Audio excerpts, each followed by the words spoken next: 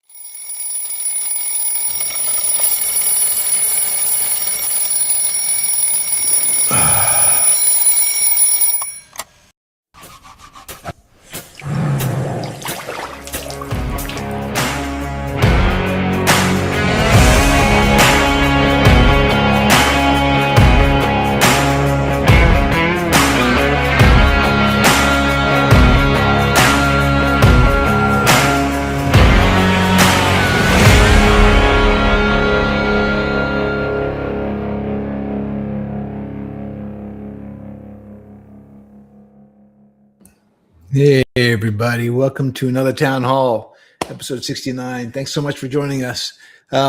Interesting little story, because I like to let you guys in behind the scenes what happens. That trailer video, right, and then the tack-on that talks about our TGE date, which you probably all know already has been announced, and we're going to go TGEs on the 2nd of June. That last part of the trailer video had copyright music. It was AC/DC. Which means Wednesday night's broadcast, Wednesday's Town Hall, is being blocked worldwide until I go in there and delete that section out. People aren't going to get a chance to see what we talked about on Wednesday night.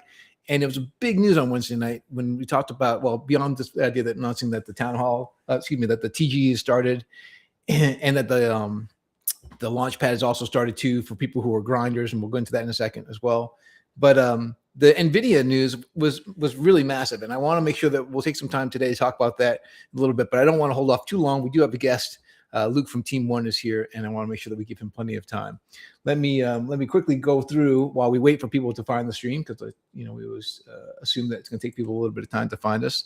Let me go into some alter images. Again, if you're new to YOM and what we do, the commercial kind of says it, but we are a decentralized cloud gaming network. Our network allows people who have a gaming rig to put their rig on our network and let us purchase their unused game cycles. So when they're not using their computer, we'll pay them to let us stream games from their computer to the end user. This helps with latency and cost because we're closer than the data center. We're way less expensive than the data center, which of course helps out the game publishers and developers to get their game out in front of more players. At the same time, it decentralizes revenue. We're paying people to let us use their gaming rig when they're not using it, and that's taking the money that would have otherwise been given to say Amazon and putting it in the hands of gamers who are going to go out and spend that money on games, right? So the whole thing works out wonderfully. Got my microphone in an odd spot. Let me see if I can. There we go. That's better. So that's what we do, and we have a mascot, and our mascot is Walter. He is a rust-colored gorilla. He wears blue jeans and a white T-shirt and has blue round tinted sunglasses. And what we do is we invite the community members to come up with any kind of computer-generated version of Walter themselves, post it on social media, tag us in it, and we try to feature some of those images here on the broadcast on Wednesdays and on Fridays. So let me go ahead and share my screen. Gadget B has been setting it on fire. Her stuff has been really nice. I mean, she's doing a lot of it looks like a lot of Fast and Furious type work.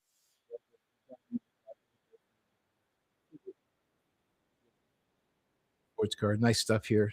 Thank you so much, Gadget B. And this is a couple days old. The season 2 has been underway for a little while longer now. Another one done by Anna Rochelle or Gadget B. Again, featuring this is not exactly Walter. This is Walter's cousin because Walter's Rust Colors. But again, featuring the TGE date, which is coming up very quickly. Looking forward to having people just participate there. And then let's see, what else did we have? We had some from our Telegram. People dropping in because the Launchpad is requiring that we KYC. Certainly Walter is in there spending a lot of time checking all the applications. Unfortunately, if you're participating from the States, you're one of the block countries because the United States doesn't feel like we're intelligent enough to make our own investment decisions. So you are unfortunately locked out, but most of the world is still able to get in. Another great image again from Telegram. What I find funny about this one, Walter looks great. The YOM development team doesn't look nearly this young or this well kept. we're all a little bit more older and certainly haggard, but this is a great looking crew. I mean, I would much prefer to have that kind of youth left in me, but that is not the case. Great image though, I appreciate it. But the winner for this week, I think I'm gonna give this one to Gadget B. I really like the idea of Walter on his own private jet with his own pair of I assume those are Walter kicks. And the Range Rover back there too. Nice job, Gadget B. I appreciate it. Let's go over. So again, if you're coming to us, you're probably well aware that we've launched a Launchpad. So we're doing, prior to TGE, we have a limited sale of the tokens at a 30% discount, and those really, we open up the window for people who have earned XP only here at the beginning. That's going to open up wider in the coming days. Actually, there's only like a day and 6 hours left. A day and 1 hour. So basically 25 hours from now, we're going to open it up wider. But for people in our community, we wanted to give you guys a chance to get in there first and take advantage of this sale. So if you haven't jumped into your app yet and some project news, we've updated the app. So now you'll get push notifications if you enable them on both your phone or desktop. So it's a day and an hour left. You might want to jump in and get participate in the Launchpad. But again, all the terms and conditions are all on this page, all the warnings as well. And again, if you're in the US, I apologize, but we're not able to play this game. So unfortunately, we're locked out. Really quick, I do also want to do the industry news because this to me was crazy in a positive way. Like I'll bring it over here. So we've been saying for about 4 years now that the only way to truly get a game stream to operate, a cloud to operate correctly, is not through big data centers, which have so many environmental impacts. They have so much cost impacts. The streaming out of the data center is laggy just from the way the game is, the pipeline is constructed inside the data centers. They're not generally gaming rigs. And then the distance from the data center to the end user is so great that it's going to introduce lag regardless. So we've said for 4 years now that the only way to correctly do this is to decentralize, put those nodes into the neighborhoods where the gamers are playing and allow the people who have got a gaming rig, have a nice low capital expense, basically sending a hard drive to people who have a gaming rig and let them put their rig on the network and earn money from letting us use their unused game cycles. We knew this was a way to do it. Now, NVIDIA has partnered up with a group, the Pulse group. Excuse me. They are a construction company. They build homes. And really, this announcement, when you dig into it, and I did this on Wednesday night, when you dig into it a little deeper, actually, it's a company called Span in California. Span is actually the one creating these units, and they've just partnered with NVIDIA and Pute to put this into homes. But and this is, again, to create a node network, and in this case, they're talking about doing it for AI. And of course, the whole thesis is, if we spread these nodes out around, we won't be drawing electricity from one big power plant like the way the large data centers are doing, and raising a lot of hackles as they do this because data centers in a central location that's expensive. It interrupts the environment. It draws the water, and it raises the price of electricity for everyone who's close by to that data center because now that the homeowners are now competing for electricity with the data center. So these guys figured, hey, well, let's decentralize those nodes, which again, that's our thesis as well. We've been doing it a little bit longer, and we're doing it concentrating on video games, though the network will support these other things as well. When you dig into this article a little bit more, you realize that they had to make a correction because as they talked about this, and this is probably a press release in order to help Span earn some money or bring in investors, they have only launched it into a single home so far. They released the article and then had to come up with a correction that says, hey, by the way, Span's only in one house so far. And this is because, as I come to find out, these homes have to be specially built to house one of these units. I don't know if it's the electricity or the distribution of the fiber optics or that kind of thing. But they, as far as it says right now, they can't be installed into already existing homes. So the CapEx on this is the price of a home, which is still less than a data center, but still much, much more than the system that we're using, where we're just using gaming rigs around the world. So it was an interesting article. I can include the link to this article. As a matter of fact, I know it's linked to the prior video, but that video is getting throttled because of copyright concerns. So I'll make sure to include the link to this article, and you're welcome to take a look at it. But once again, nice to know that the system that we're building is being validated by some of the largest corporations in the world. Okay, that's a lot of stuff. Let me bring up Luke from Team One and introduce him to everybody. Hey, Luke, how are you? Doing great. How are you doing, Jeff? Very good. Let me, we didn't get a chance to do a mic check. I'm going to go ahead and bring your volume up just a little bit. There we go. Awesome. So, hey, did you see that article? I don't know if you heard about that, what NVIDIA is doing. I did. I hadn't heard about it yet, but I am familiar with Pulte. And so that is cool that they're getting that integrated in there right away. Yeah. I mean, again, it's a great concept, and I think it should lessen the strain of electrical grids, and by having that need distributed out. I think they've still got a long road to go before they get to where, because when we first saw the article, there were certainly people on our dev team like, oh no, are they doing the same thing we're doing? They're not, and they're well behind if they even wanted to try anyways. But it is nice to know that everyone's kind of catching on that decentralization is it's inevitable. It's going to have to happen. Absolutely. So I thought we'd start off with, again, the kind of the standard start, because not everyone who's tuning in would know what Team One is and what you guys do for Avalanche and how it all came about. So do you mind really quickly just giving everybody an introduction to yourself and to Team One and let them know what it is that you guys do? Yeah, absolutely. So I'll start with Team One. So Team One is a global network of people who are passionate about technology, about the Avalanche ecosystem, and want to help others get involved in it in whatever way that they want to. So that could be from a user perspective or somebody that wants to build on Avalanche. So we have folks that can help with all of those kinds of things. The kind of things that you will see people from Team One doing. So we do a lot of events. And so those events might be gaming events. So we do have either online game nights. We'll also do IRL game nights that will rent out kind of a gaming lounge or things like that. We also do educational type things. So there will be things where folks will come in, want to learn more about the technology, or if they're new to blockchain, how to use it. So we have sessions like that. And then we'll also do just content creation, things like that as well. On the builder side, one of the big things that we look to do, if you are looking to build things on the network, which could be a game, it could be other solutions that need blockchain technology, we want to make it as welcoming a place for you to do that as possible. And so lots of different ways that we can support that, whether it be from a technical perspective or getting access to funding, awareness of your project, those kinds of things. So a lot of different stuff that we're able to do in that front.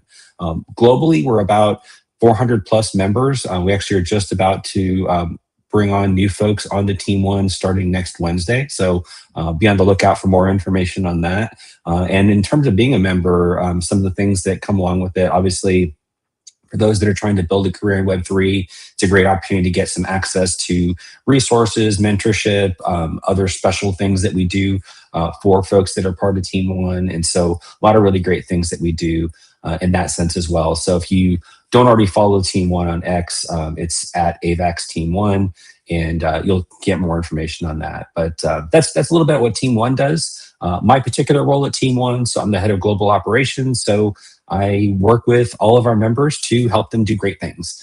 Is probably the simplest way to say what I do. Been in Web3 for about 4 years, and just really excited about the technology. And honestly, one of my favorite things is the people. Like getting to have friends around the world has been my favorite thing. So yeah, excited to talk about YOM and gaming and everything that we have today.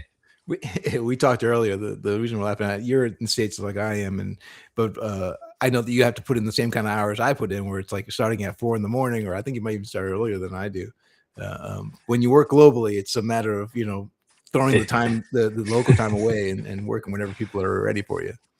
It is, yeah. So I was used to it. So before I came into this world, I did have a national role at another company, and so I was used to like other time zones being up earlier than me. But now that we're global, like Europe and Africa are very active in my DMs when I'm still waking up at 4 a.m. So definitely, it's that part's a fun part too, but also great to get to meet people all around the globe. Yeah, they kind of do the same thing. All right, so I wanted to talk a little bit about gaming, because I know that Avalanche is kind of taking putting a flag in the ground, saying gaming is one of the places that Avalanche wants to concentrate on, and we think that's great. Obviously, there's been some successes there, but I guess the first kind of question I would ask you is what do you think the lessons we've learned? So there was a whole wave of Web3 games that came out in the beginning, and many of them are not around anymore. Unfortunately, they either burned up too fast, or they didn't create what they were going to say they could create, or they just ran into real issues, because making games is hard. I mean, I've said it for years and years. What do you think some of the big lessons for companies who are going to get into the gaming space and use blockchain? What are some of the big lessons you think we learned in that first generation? Yeah, so I think the big one really is play to earn versus play for fun. If you talk to anybody that's a gamer, like earning, yeah, that might incentivize somebody to play something, but more than anything, playing for fun is what people care about. And so, I think a lot of the first wave of blockchain games focused more on that play to earn. So I think everybody knows like Axie Infinity was super popular for a time. And if you actually played the game, it wasn't necessarily the most fun game, but a lot of people would play it because depending on where they were in the world, they could, earn a living doing it. And so I think that's one of the big things that we learned from it, is that in order to be successful as an on-chain game, you have to first and foremost do the things that you do to run any game, and that's to make the game fun. I think the other part of it is really, how do we use the technology? So a lot of people kind of think that the game must actually run on the blockchain, like the actual components that are housed on chain. And for the most part, that isn't usually what we see. What we do use the blockchain for is what it's good for, and that's record keeping and digital ownership. And so as you start to see a need for something, like maybe if you have a game that has skins, if it's a shooter game, or special equipment and things like that, Off the Grid's a great example of that. So they use the Guns network, which is their own network for that purpose. And so they use the blockchain for what it's good for. They use traditional, databases and mainframes, what those are good for. And that's what I think really drives success. Yeah, I think also everyone knows, but if they don't, Off the Grid is running on, or using Guns, which is Avalanche token, right? Running on that. It is, yeah. So they have their own Avalanche L1 blockchain. So one of the cool things, and we'll probably get into this more, that differentiates Avalanche from other chains is that you don't have to run all through the same exact blockchain as everyone else. You can have your own, so that if there's some spike in activity that somebody else has going on, it doesn't affect your ecosystem at all. So the Guns network is a private, not private, but it's a blockchain that Gunzilla, which made Off the Grid, owns and runs. And it runs just parallel with the Avalanche C chain, and it can interoperate with it. You can do everything, but it allows them not to ever have to worry about anyone else's activity having any impact on what they're doing. Yeah, nice. I know it's a plan that we actually expect to be utilizing as well. Once you get where we need to do a regional differentiation because of the varying energy costs around the world, well, there's likelihood that we'll have to have that kind of level of granularity when we do our payment system through the YOM token. Yep. All right. So what do you see is coming in? I'm not sure how much you have. You have a lot of access to game projects that are coming out or using Avalanche. You talking to a lot of them? The ones that are existing, I do. The ones that are in the pipeline, not always in those cases. Some of the folks at Avalabs might have a little bit more connection with it. And just to kind of clarify, so some people kind of are familiar with the Avalanche ecosystem. There's a few different groups. So Avalabs is kind of really handles a lot of the engineering, some of the marketing, business development. So if you are trying to, use some of those things, we have great teammates over at Avalabs that can help with that. And then Team One tends to help more with, as you're in the process of getting started and or when you've launched. So kind of that beginning and end parts of it is where we are. So we do a lot with the ones that are already live. So like the game nights that we do and those kinds of things. For mobile gaming, we'll sometimes do support in different ways for that. If like we could do like an online game night for those and things like that. But yeah, so don't really have any future looking ones that I can give some alpha on, but I can definitely talk about the ones that are out now. Well, it's okay that you can't give out. That's totally cool.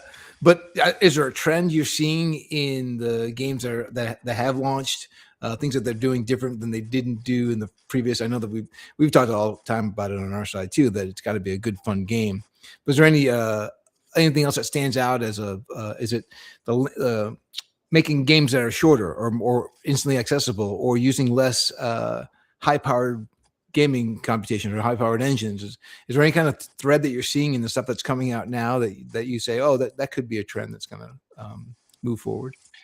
Yeah, so I am seeing a lot more user created games. So now that people are able to like at least test out a concept, like vibe code it to start, and then see if it has legs to kind of go on from there. I think we're starting to see more of that. And I think it's smart, right? So you don't have to invest all of this time and capital into building a game until you know that people like it. So I think having just more of that ability to get a proof of concept up and running, test it, and then once it's confirmed that it's going to resonate with the audience, really start to, run with that. So you can test out a few different things. So we do see like there's certain ecosystems that are out there where people will launch games. Like Beam is an example of a network. They have their own L1 and a lot of like mini games can run on there. So seeing a little bit of that in a few different places. Also, certain ones integrating AI is another thing we're starting to see. So LFG, which is a game studio out of Australia, they actually have some AI integrated into their gaming. So they have a game called Gladiator Mayhem. It's a mobile game. And so you can actually train it based on your own gaming abilities. So the game actually can play when you're not around. So it's a mobile like battle-based game. And so you could have it like it learns from your skills and your abilities and can almost be kind of on autopilot for you when you're asleep. So that's one thing that's kind of cool. Yeah, nice. To your first point, I think that's exciting, and it's one of the things that I think that we at YOM are most excited by, and that is people who are going to get a chance to vibe code their own game, and then, like you say, it might just be a demo. So the gaming industry, as you know, is skittish about AI because they're afraid that, and they're probably right, seeing some of their jobs going away because AI is taking place of those. But my hope anyways, I'm not sure if this is going to play out, but my hope is that for every person who gets laid off, if they go into vibe code their own prototype, then it becomes a question of how do I get this prototype in front of as many people as possible. Our network is hoping to be part of that. It sounds like Team One also helps to promote those games who are going to use Avalanche in their game or to power their ecosystem. You also help promote those small games, because right now it's a matter of how do we get attention? Like the marketplace is going to get swamped with people who are putting out their smaller titles. I think that means a lot more creativity and some really interesting game mechanics that'll pop up out of all of this. And at the very least, they're also really good demo reels. But I do think that getting that game discovered and having the help from places like Team One and then the distribution channels that we're talking about building will help all those people who are going to go indie, and those were more fun games in my opinion anyways. Yeah, 100%. Yeah. All right. So we already got a question about this. We're gonna get into this in a second about how we're teaming up with Avalanche. But what else I have in here? So why What about Avalanche do you think appeals to the game developers? Like, why did Off the Grid go with Avalanche? Do you have any insight into what their thinking was and what was so special about the chain that made it really easy for them? I know that we're saying that they got to create their own token on their own layer one. Is that kind of like the big selling point? There are others that we should know about? Yeah, so the ability to have their own L1 is really kind of the main one. There's a few others that have done that as well. So like MapleStory has their own L1 on Avalanche called Genesis. And so the ability to have that, I think, is one of the biggest differentiators because there's a few things that happen. So one is we kind of already talked about the network, and you don't have to worry about like spikes and other things. Those of us that have been around for like those big NFT mints that used to happen on Ethereum years back, it would bog down the entire blockchain. Like you'd spend $85 to just transfer some assets from one wallet of yours to another one.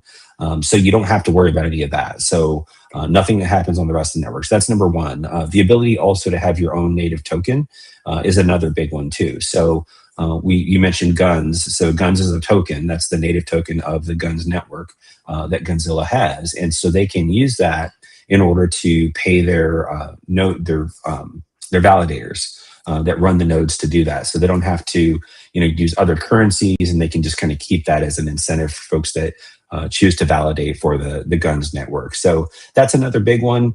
The other part of it is customizability. So they have the ability to really set their own parameters for how it works. So one thing that not everybody knows is, the majority of, L1s on Avalanche use the Ethereum virtual machine, but you don't have to. So if you want to run a move-based, which is like what Sui or Aptos use, if you want to use Solana virtual machine, you can use other ones. It takes some work. You have to do some work, but you can run another virtual machine on the Avalanche network if you want to. So it really does give flexibility in that sense as well. You can truly customize it for, this is exactly what my game needs, and I can do that. And by the way, just to clarify, we've been talking a lot about L1s. You don't have to do that. So not every game needs to have its own L1. You can 100% use, the Avalanche C chain, which is, for those that are new to that, that's kind of the main one where the liquidity is, the activity happens. So you can definitely use that as well if you don't have any need for that customization. But it is an option if it's important. One other thing I'll just add, just in terms of like why I choose Avalanche in general. So one of the big things that you want is you don't want slow activity to happen there. So not to say anything about other chains, but some chains take longer than others for a transaction to be complete. So with Avalanche, you have sub-second finality. And so what that means is that in, faster than you can snap your fingers, a transaction is done. It's not, okay, it's done. Now I have to wait for several block confirmations, and then now it goes through. So 12 seconds can feel like a long time if you're only trying to buy a new skin for your game or do something simple.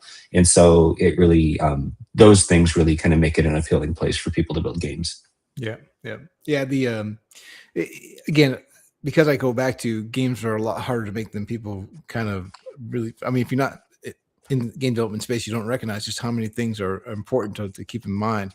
And latency and speed of transaction, it'll feel, anybody who plays games knows this. As soon as you've got any kind of lag at all, you feel it. And even if it's to purchase an item, like you're saying, even just to purchase a skin, 12-second wait time is just a little ridiculous. Gamers aren't going to put up with that. And in a world where we're competing for attention with TikTok and every other form of quick, low attention span content, the speed in which you're able to do your transactions, of course, is super important inside of games. So what's coming up for the community? What kind of things are like? So we're really kind of having this conversation so that our community can find out about Team One, and Team One's community can find out about us.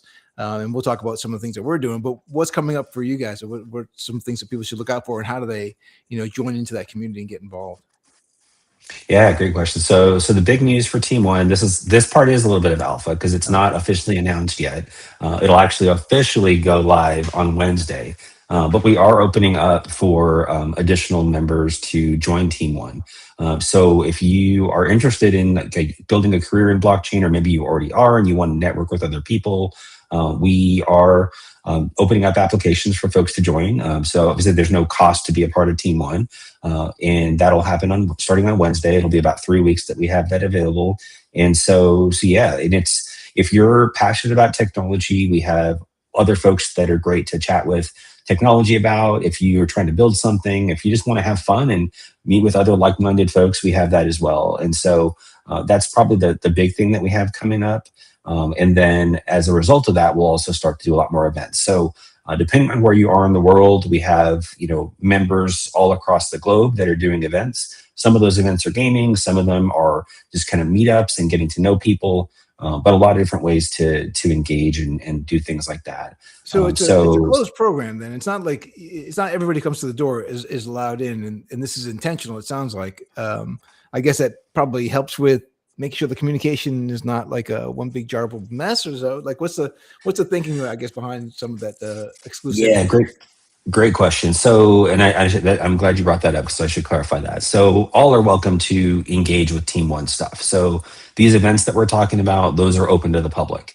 So, if you want to hop in our Discord, chat with our other members, we have open gaming channels in there as well, open community chat channels. So, if you want to just spend time interacting with other folks, our Discord is a great place to do that. Our events are a great place to do that as well. What the application round is for folks that want to help provide those things. And so they might host events, or they might, create content or get access to some of the stuff that we provide access to. And so it's really just kind of a next level of engagement with Team One. But the whole purpose of what we do is meant to be, for the benefit of the public and anyone that wants to engage with the Avalanche blockchain. So yeah, if it sounded like it was exclusive to join or be in there, we would love for you to hop in the Discord, chat with us, play games with us, whatever's fun. Yeah, I get the distinction. It's a public thing, but then a layer above the public is the ability to be, it's almost like an ambassador program or something like that, where you might get some insider information, but then your responsibility is to take that information and use it for the good of the whole community, and then engage the entire public with it. I get it. Yeah, no, I like that structure too, because again, then you've got a collection of trusted people who are knowledgeable, and it's not just, you're not relying on a small pool, but a much larger pool that you've trained up and give access to, and let them kind of and then the incentive is that you get some access to information or resources that you might otherwise have a hard time trying to track down. Yeah.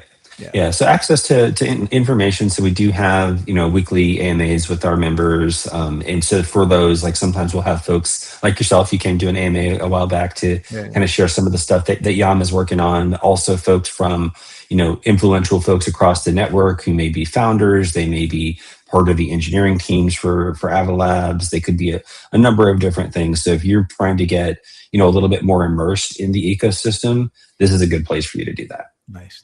And if I would certainly encourage anybody from the YOM community, if you're not getting involved yet with Team One, even just at the Discord level, you should absolutely do that, because you're going to start seeing our two teams kind of do more work together. One of the questions that came up is, how is Team One collaborating or supporting YOM? And we just talked about it. So our introduction a couple of weeks ago, where I think Andy was in one. I think Andy was in the master program one, and then we did a Spaces that was more open to the public, where we talked about what YOM is doing and how we're using Avalanche to do it, to kind of get those two communities to kind of grow together, right? See each other, cross-pollinate, and grow together, which I think is important, because you're gonna, like I said, you're going to start seeing more of our teams collaborate. And then we're hoping to, in the near future, be able to support you with your game nights, because you do those inside of Discord. And one of the advantages of our network is that we can stream games inside of Discord or Telegram or any URL. Again, for us, it's about lowering the adoption bar, getting people to play the games, but with the fewest clicks as possible. And this is to did I go on this rant? I don't know if you were listening to if you were on when I did this rant, or if I did this rant when I was on with you guys. But one of the things that the game developers and publishers are coming to us with, the big problem is that it's hard to take players who are playing another game, especially a game that has a social layer to it, like a Fortnite or Call of Duty, where they've got all their friends are playing as well on their teams, to get any one member of that social group to switch their game from the one that they're playing now to something else isn't just have them trying a new game. It's also leaving their friends network to try a new game, which is it's a step, even further. So anything we can do to make that sample as easy as possible to get to is helping out the publisher. So when we talk about publishing or allowing games to be played through a URL or inside a Discord, what we're saying is we don't force players to go and download, install, update drivers, and then play 4 hours later. It's click on this link and let's start playing immediately, which of course helps a game adoption cycle that much faster. So anyway, we're looking forward to being able to help you guys with your community and doing it inside of Discord on some of these even more powerful AAA quality games. Yeah, absolutely. And just to comment on that, I mean, I think that is a huge friction point in somebody wanting to just hop into a game. If you're talking with friends, like, okay, well, I don't know if I have enough bandwidth. It's going to take me 4 hours to download this thing or whatever it is. And so I think it's huge. The other thing that, and you'll probably get to it in a bit, that I love about what YOM does is you make it more accessible. So not everyone has access to, a gaming PC. I am a Mac user. And so I have yet to convince my girlfriend that I should be able to buy a very nice, fancy, capable gaming PC. So the YOM network is something that's going to make that possible until I can prove to her that I need to get it so I can run my own node. But that's a conversation for later on. But it can at least get me started in being able to play some stuff. Well, I'm happy to jump into your corner if you need me to write you a letter or something like that, or I can totally do that. I keep on forgetting about that too, because I talk a lot about, we've done a lot of episodes, town halls about this lately, where the Switch 2 and the PlayStation 6, the cost of these consoles themselves are going up. I mean, they're threatening to put the PlayStation 6 out for $1,000, which is just astronomical, really. But even just the PlayStation 5 and the Switch 2 raising their prices at the end of the console's life cycle is just different than we've ever had to see before. But this is the problem of the hardware costs. So I've harped on that side quite a bit. I don't remember to talk about it, but you're right. People who are on a Mac are kind of shut out of a lot of games, and being able to play through a browser on these some of these really great experiences is just opening the door for, we want to say that we're opening the door for a whole group of gamers who don't have access to the hardware, but we don't really talk about all those great gamers who don't have access because they're on a Mac. Yep. All right. Well, let me know if I can help with convincing her, because I think I have a pretty strong case to make. I will. I'll get her to watch the restream of this afterwards, and we'll make sure that she knows it's important for my job. We got to make sure she knows that. Yeah, right. It's part of the job. It's not because I like playing games. It's because I need to. Yeah. It's research. It's all research. I tell my wife, it's all research. I need to do it. All right, so we've got a little bit of time left. If we have questions, I've got the chat open. I'm watching, so if anyone has questions, feel free to drop into the chat as we kind of wind down. So the channels people can go to is it's Avalanche Team 1 on X. Yep. Inside of Discord, if is a Discord link, I imagine it's on the X account. It is on the X account. You can also go to team1.network, and that's kind of like it is on my name on there. So team1.network. And then if you go to that, that's just our main website. So that'll have links to everything that we talked about here. So links to the Discord, links to the X account. I think as of this morning, again, alpha, this isn't officially announced yet, but it is there. If you want to explore joining Team 1, there is a link for that as well. Nice. Okay, and I probably if I don't talk a little bit about also our TG one more time, touching on it, then I'll probably hear from the rest of the team. But keep in mind that our TG, if you're coming over from Team 1 and seeing us for the first time, our token launches on June 2nd, and right now we have the launch. We have a launchpad launch that's a small limited ticket size. It's not going to stay open for very long. Right now, it's only for people in our community who have earned some XP in doing social activities for us, but that's going to drop, I think, after another 24 hours. Basically, it's going to be open up to anybody who wants to, get in early at a discount, which is a 30% discount before TG date. So that's also available as well. And also for people who are coming over and hearing about us for the first time, they've come over from Team 1, and you're curious to see, hey, maybe I would like to earn some passive income with my gaming rig. The way that we set up our system, again, what we do is we send a bootable drive. And instead of booting off your own hard drive, you boot off of this drive. So that way we don't ask you to install any software on your system, and it's firewalled away. So there's no worries about us getting into your data, or at the same time, you getting into the game data. But even before all of that, if you're curious about seeing, could you actually run a node, because we don't want to ship units out to people who get it and then find out that, hey, my computer's not powerful enough or not configured correctly. We created an app for you to test out the system, your system itself, before you make a purchase. And that is at app.yom.net/rigcheck. And again, I'll put the link in the video, to include in the video. But again, this is kind of protect the people who might be considering a purchase and ourselves. But it'll give you an estimate depending on how many hours a day you want to run your node, because it varies on a number of different things. But the system that you run plays a part in it, the region of the world you're in, and how many hours a day you plan on running it. That will give you an estimate of how much you could be earning per month. And it hovers around the $50 per stream, and depending on your rig, you could run multiple streams at the same time. So something to keep in mind. I got a when. Elder Statesman has asked when, but I don't know what the when. It's not a full question. Elder Statesman. Feel free to add to the when, because otherwise I can't really answer that question. Cool. All right. Look, anything I should touch on that I didn't touch on yet?